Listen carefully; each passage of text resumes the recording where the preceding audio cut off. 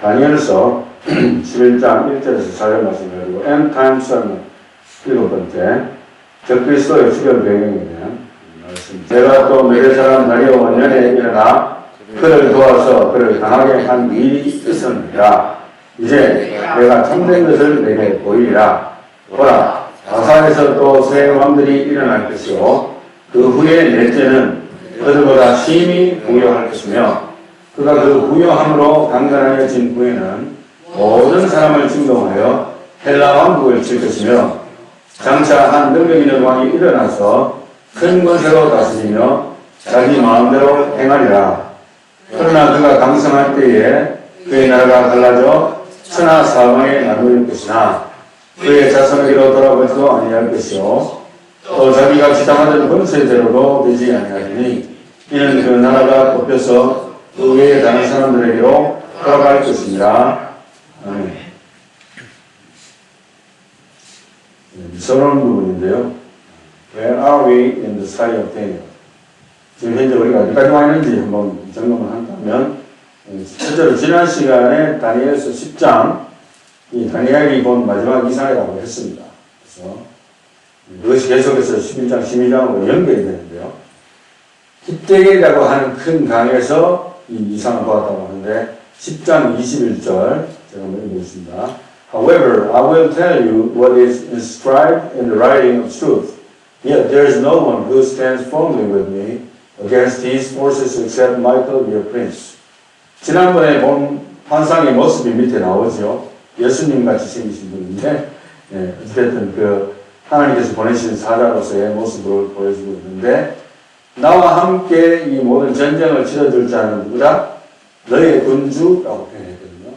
이 천사를 군주라고 표현했다는 걸 여러분들이 이상하게 생각하지 마시고, 다니엘서는 그렇게 표현했다는 걸 일단 우리가 이해를 하고 넘어가야 됩니다. 그래서 그렇게 이야기했고, 그리고 이제 오늘 본문 말씀 시작되는 연결고리가 바로 10장 21절 다음에 11장 1절에 이렇게 나옵니다. 내가 또 메대 사람 다리오 원년에 일어나 그를 도와서 그를 강하게 한 일이 있었느니라.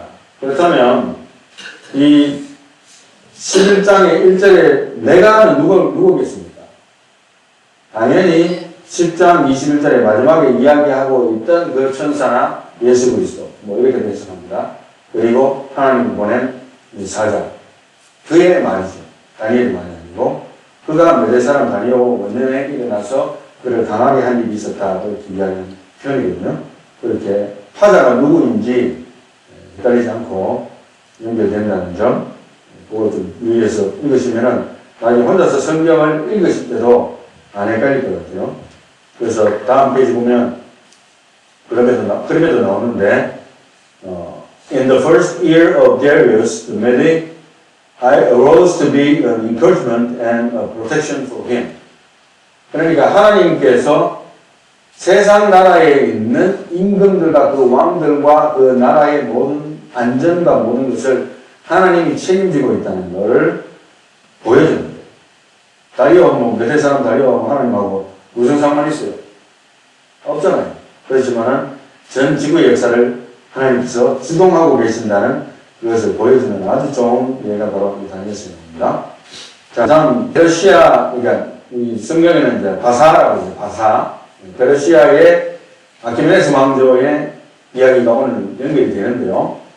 여기 보면 BC 550년부터 쭉 내려가서 BC 465년까지 고레스, 캄비세스, 스메르디스, 다리우스 1세, 크세르크스까지 이야기가 연결되는데요.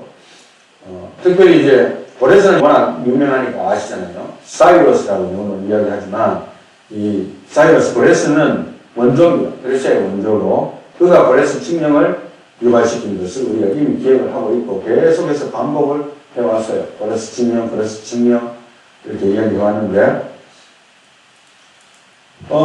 내려가서 캄비세스 다음에 스메르디스 때 옆에 가우마타라는 사람이 반란을 일으킨 것으로 기록되었고요.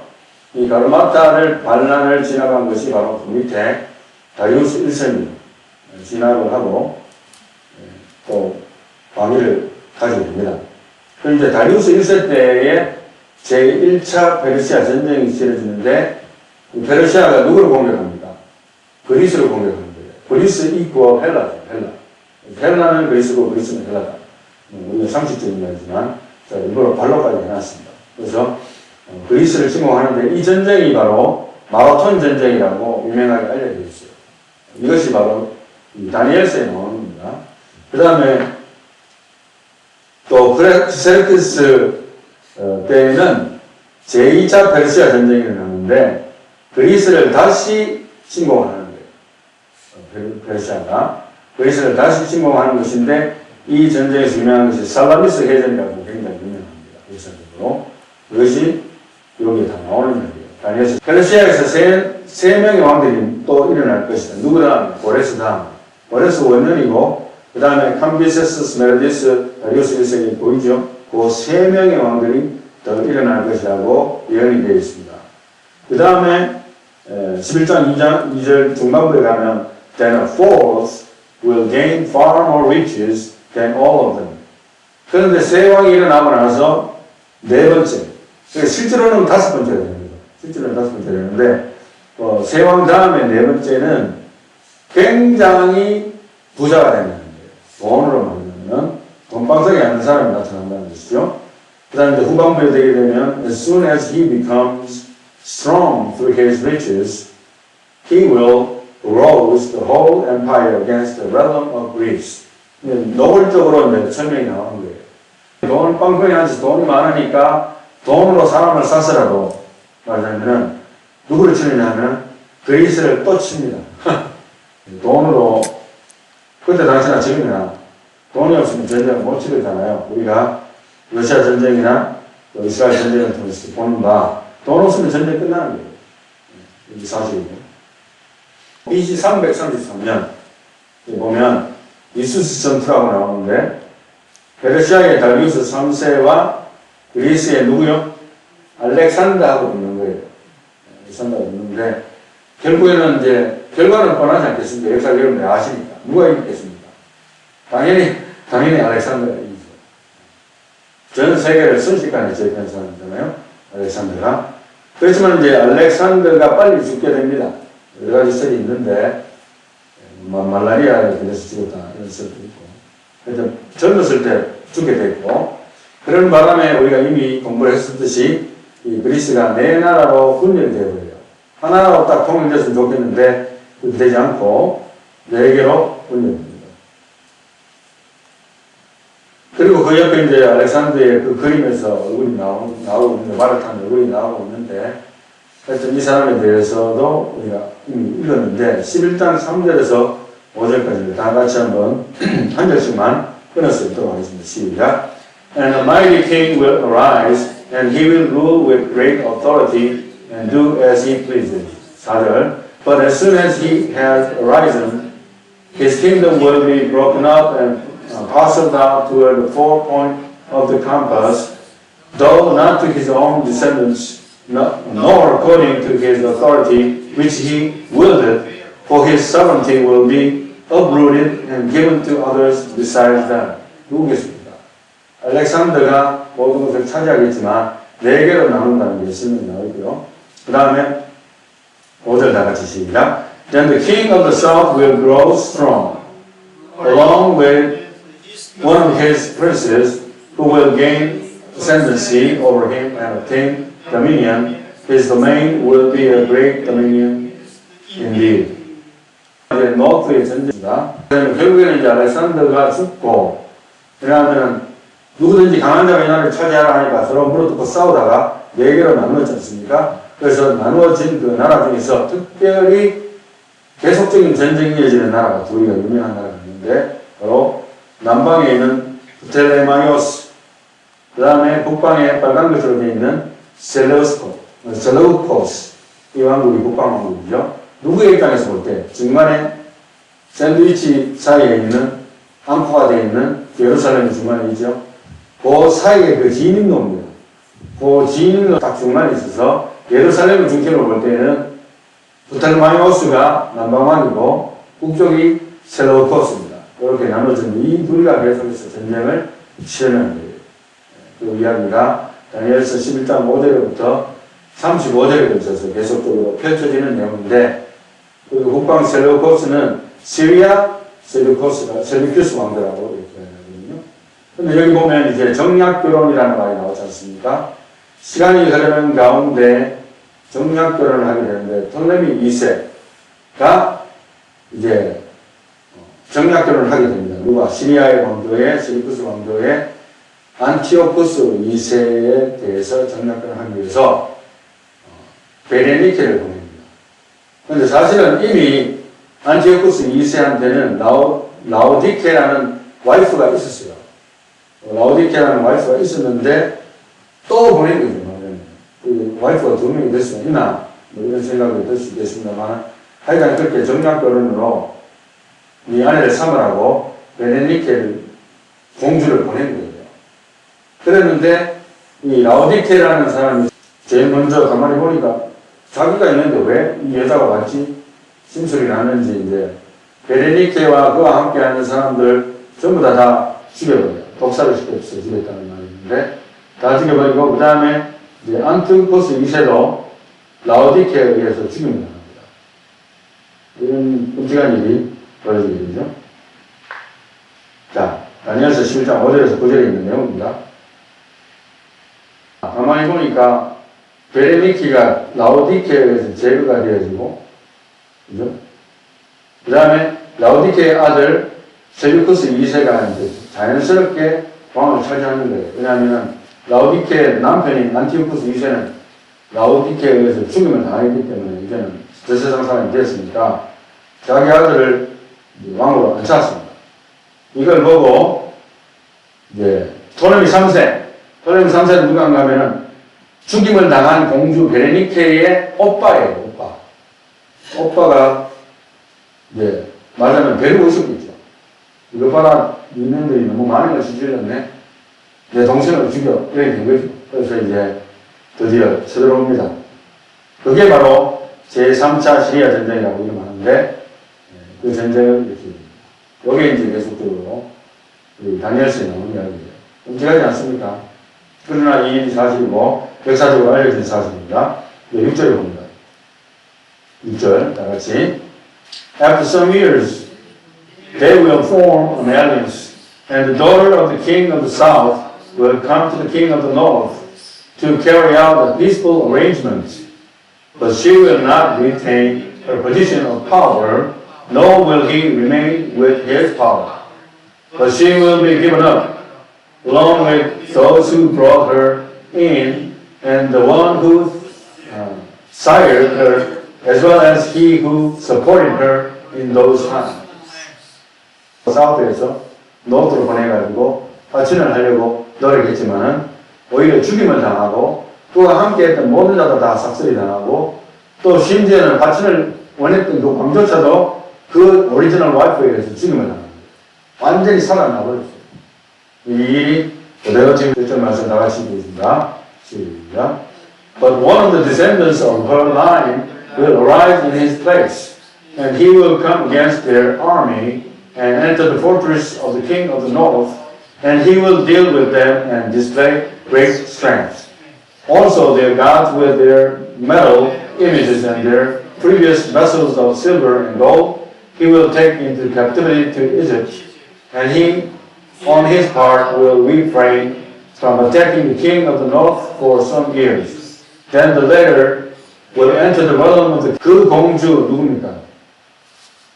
그 공주 베레니케의 본족 속에서 난 자 중에 한 사람 누굽니까? 베레니케의 누구예요? 오빠. 이름이 있는데? 토레미 3세. 유에르 케테스인데, 이 오빠가 여기 등장하는 거죠. 실제. 그 사람이 왕위를 이어 권세를 받아 국방왕 군대를 치러 와서, 그죠? 전쟁을 일으키고, 그 성에 들어가서 그들을 쳐서 이겼다는 내용이 나오고, 그 다음에 이제 그 신들과 부어 만든 우상들과 은과 금의 아름다운 그릇들은 다 노력하여 애굽으로 가져갔다 했잖아요. 그래서 좀 전에 제가 이 마이오스와 셀루코스, 제가 오늘까지 여기까지만 제가 끊어서 이야기하고, 다음에 아마 11장이 끝이 날 것이라고 예상되는데요. 한 번도 제가 자세하게 다룬 것도 없고, 이 자세하게 하시는 설교를 내가 일평생 들어본 적도 없고, 그래서 이번 기회에 자세하게 하나씩 다 짚어넘어야겠다. 그런 생각으로 하게 됐습니다. The Russia forces are likely to try to exploit the cracks in Kiev's operations in the Donetsk region as the war heads into the third winter. 이제 러시아 전쟁도 세 번째 겨울로 접어들거든요. 이제 3년은 안 됐는데 이제 3년째 접어드는 겨울이에요. 그래서 이제 본격적으로 그 되기 전에 서로 이제 어떻게 하면 빨리 무슨 마무리 지을까, 또 준비해서 이 겨울을 잘 할까, 또 에너지 시설 파괴된 것을 어떻게 빨리 복구할까, 온갖 지금 난리를 양쪽에서 치고 있고, 이스라엘 전쟁도 사실 계속되고 있고, 이러한 상황에 있는데, 사실은 우리가, 제가 늘 강조했습니다만, 왜 제가 이 말을 하고 또 결론을 내리려고 하는가 하면은, 사실은 우리가 어떻게 보면 요만큼 가까운 핵전쟁에 있어요. 그리고 요만큼 가까운 3차 대전에 있어요. 안 일어났다 뿐이지. 이것도 굉장히 기적인데요. 그래서, 아니, 목사님 지금 현재 다니엘서 공부하고, 지난번에 7년 대환을 오기 전에 휴가하고 이런 일 일단 해도 세상 지금 멀쩡하게 돌아가는데, 이렇게 하실지 몰라도 사실은 굉장히 위험한 상황이에요. 지금 대선도 지금 며칠 안 남았고, 이것 때문에 지금 이제 여러 가지 앞으로 향방에 갈릴 사람들도 많고, 갈릴 국가들도 많겠습니다만, 요만큼 클로스하다는 걸 우리가 인식하고, 정말 다니엘서에 나온 이 모든 것들을 보면서 이 전쟁과 전쟁들이 하나님에 의해서 지금 컨트롤되고 있다는 것을 우리가 믿고 기도를 해야 돼요. 군주가 하나님이에요. 이스라엘의 군주가 하나님이에요. 심지어는 요즘에는 여러 가지 말세에 대한 의견들이 많이 나와서 여러 가지 잡동사니 말세론이 많이 나왔어요.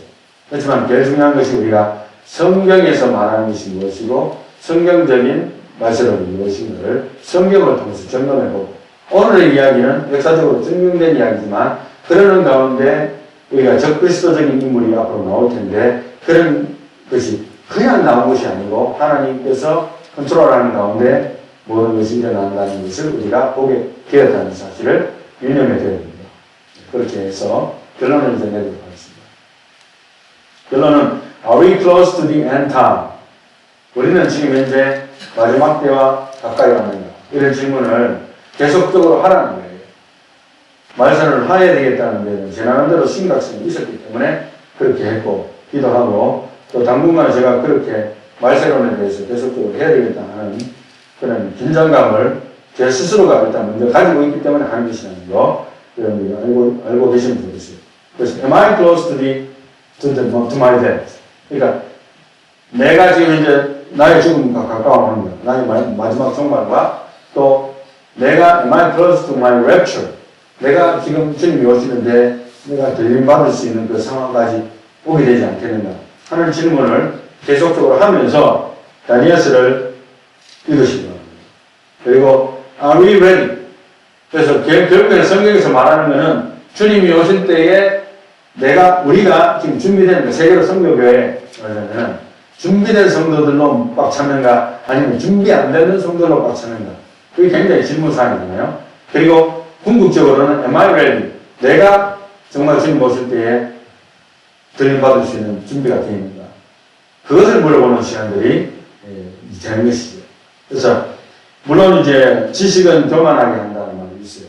말세에 대한 지식이 많고 다니엘서에 대해서 많이 안다고 해서 반드시 우리가 예수님 오실 때 랩처되고 안 되고를 결정하는 게 아니겠죠.